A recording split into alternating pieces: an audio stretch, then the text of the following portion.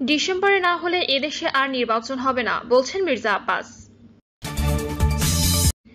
প্রধান উপদেষ্টা কেন বিএনপিকে নির্বাচন নিয়ে দোষারোপ করলেন বোধগম্য নয়, বললেন সালাউদ্দিন। জানাবো রাতের মধ্যে ঢাকা সহ 10 জেলায় ঝড়ের সংখ্যা।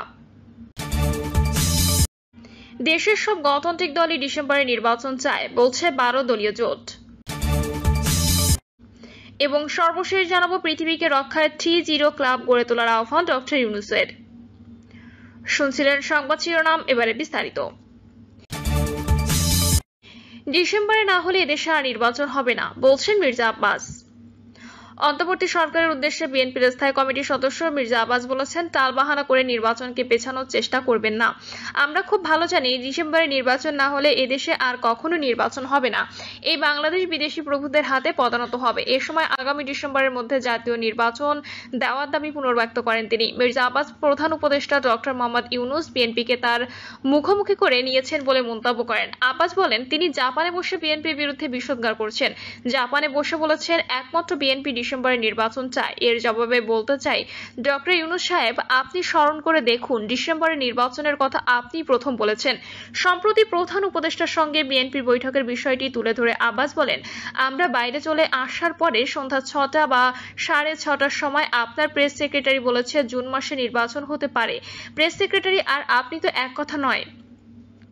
বিএনপির এই নেতা বলেন, অন্তর্বর্তী সরকার ঘোষণা দিয়ে সংস্কার করছে। আজ সংস্কারক সরকার সংস্কার করার জন্য বাইরে থেকে মানুষ ইম্পোর্ট করে আনছেন, যারা এদেশের নাগরিক নয়, দেশের প্রতি অত মমত্ববোধ নেই, দেশকে ভালোবাসেন না, তারা কি করে এদেশের মানুষের সংস্কার করবে আমরা বুঝতে পারি না। এ সময় চট্টগ্রাম বন্দরের নিউ মুরিং টার্মিনাল নিয়েও কথা বলেন মির্জা আব্বাস। টার্মিনালটির কর্মক্ষমতা রয়েছে উল্লেখ করে তিনি বলেন, তাহলে কেন এই টার্মিনাল বিদেশিদের হাতে দেব? বিদেশিরা এলে টাকা বাংলাদেশে রাখবে না। তাই বিদেশিদের প্রতি প্রেম ভালোবাসা ছেড়ে দিন, দেশের মানুষকে ভালো রাখেন। আমরা দেশের লোক তৈরি করব, দেশের লোকেরা নিউ মুরিং টার্মিনাল চালাবে, বাইরের লোক দরকার নেই। সরকারের উদ্দেশ্যে তিনি বলেন, সেন্ট মার্টিনে খাওয়া নেই, কাপড় নেই, মানুষ বাচ্চা নিয়ে স্কুলে যেতে পারে না। সেন্ট মার্টিনে কি এমন হয়ে গেল যে বাংলাদেশে নৌকা যেতে পারবে না? সেখানে কি এমন ঘটনা ঘটেছে জানতে চাই। সাজেকে কি হচ্ছে আমরা জানতে চাই। প্রধান উপদেষ্টা কেন বিএনপিকে নির্বাচন নিয়ে দোষারোপ করলেন বোধগম্য নয়, বলছেন সালাউদ্দিন। অন্তর্বর্তী সরকারের প্রধান উপদেষ্টা ডক্টর মোহাম্মদ ইউনূস নির্বাচন নিয়ে বিএনপিকে কেন দোষারোপ করলেন তা বোধগম্য নয় বলে মন্তব্য করেছেন বিএনপির স্থায়ী কমিটির সদস্য সালাউদ্দিন আহমেদ। সালাউদ্দিন আহমেদ বলেন, প্রধান উপদেষ্টা যখনই ডেকেছেন রাজনৈতিক দলগুলো তার সঙ্গে আলোচনা করেছে, সব দলই দ্রুত নির্বাচনের দাবি জানিয়েছে, কিন্তু প্রধান উপদেষ্টা কেন বিএনপিকে নির্বাচন নিয়ে দোষারোপ করলেন তা বোধগম্য নয়। সালাউদ্দিন আহমেদ বলেন, প্রধান উপদেষ্টা ডক্টর মোহাম্মদ ইউনূসের কাছে যথেষ্ট তথ্য না থাকায় তিনি জাপানে কেবল একটি দল ডিসেম্বরের মধ্যে নির্বাচন চায় বলে জানিয়েছেন। বিএনপি এবং এর সাথে যুগপৎ আন্দোলনে যারা ছিল সমমনা সব দলই ডিসেম্বরের মধ্যে নির্বাচন চায়। অন্তর্বর্তী সরকার দ্রুত নির্বাচনের রোডম্যাপ দেবে এই প্রত্যাশা ব্যক্ত করে তিনি বলেন, সমগ্র জাতি নির্বাচনের জন্য অপেক্ষমান। যে সংস্কার ও বিচারের কথা বলা হচ্ছে তা চলমান প্রক্রিয়া। সালাউদ্দিন আহমেদ বলেন, খুনি ফ্যাসিস্ট শেখ হাসিনা ও তার দলকে বিচারের আওতায় আনা হবে। বিএনপি একটি সাম্যভিত্তিক গণতান্ত্রিক রাষ্ট্র বিনির্মাণে কাজ করতে চায়। তিনি আরো বলেন, দেশের স্বাধীনতার জন্য জন্ম হয়েছে জিয়াউর রহমানের। বাংলাদেশের উন্নয়ন, গণতন্ত্র, অগ্রগতি রুখে দেওয়ার জন্য জিয়াকে হত্যা করা হয়েছে। তাই আমরা এমন সমাজ বিনির্মাণ করব যেন দেশের গণতন্ত্র পুনরুদ্ধারের জন্য আন্দোলন করতে না হয়। রাতের মধ্যে ঢাকা সহ 10 জেলায় ঝড়ের সংখ্যা। আজ রাতের মধ্যে রাজধানী ঢাকা সহ দেশের 10 জেলায় 60 থেকে 80 কিলোমিটার বেগে ঝোড়ো হাওয়ায় পূর্বাভাস দিয়েছে আবহাওয়া অধিদপ্তর। আবহাওয়া অধিদপ্তরের নদীবন্দরের জন্য দেওয়া পূর্বাভাসে এই সংখ্যার কথা জানানো হয়েছে। পূর্বাভাসে বলা হয়েছে, খুলনা, বরিশাল, পটুয়াখালী, কুমিল্লা, নোয়াখালী, চট্টগ্রাম, কক্সবাজার, ঢাকা, ময়মনসিংহ এবং সিলেট অঞ্চল সময়ের উপর দিয়ে দক্ষিণ পূর্ব দিক থেকে ঘন্টায় 60 থেকে 80 কিলোমিটার বেগে বৃষ্টি, বজ্র সহ বৃষ্টি, অস্থায়ীভাবে ঝোড়ো হাওয়া বয়ে যেতে পারে।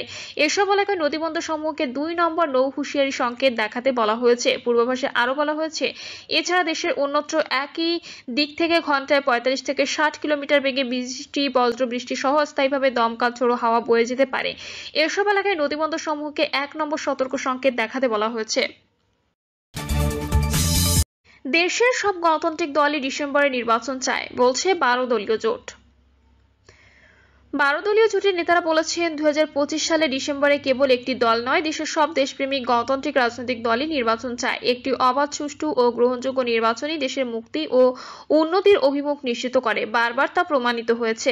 জাপান সফররত প্রধান উপদেষ্টা নোবেলজয়ী ডক্টর মোহাম্মদ ইউনূস নিক্কেই ফোরামে দেওয়া বক্তব্যে উল্লেখ করেছেন, ডিসেম্বরে মাত্র একটি দল নির্বাচন চায়। এই বক্তব্যের প্রতিবাদ জানিয়ে 12 দলীয় জোটের নেতারা বলেন, এক কথায় নিরেট মিথ্যাচার করেছে নোবেলজয়ী অধ্যাপক ইউনূস।